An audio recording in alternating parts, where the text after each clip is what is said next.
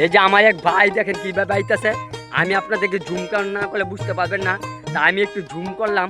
উনি খুবই নেঙ্গি দেওয়া, পানি বেশি নয়, আটু পর্যন্ত পানি।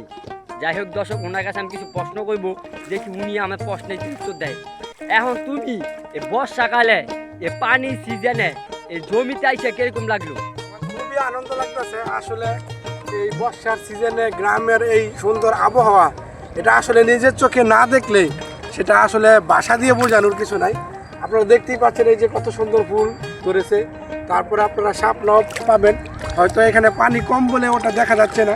শাপলা রয়েছে, তারপরে শালুক, তারপরে এই আর কি জানি ইত্যাদি অনেক কিছুই থাকে। তো আপনারা দেখতে পাচ্ছেন এই যে আপনারা সুন্দর একটা দৃশ্য দেখতে পাচ্ছেন। এই যে দেখেন, আমি কিন্তু ভিজে গেছি আপনাদেরকে এটা দেখাতে গিয়ে। দেখেন, তারপর আপনাদেরকে আমি দেখাতে চাই, ভিডিওটা অবশ্যই দেখবেন। আর আমাদের ওই টিমটা কিন্তু ওইখানে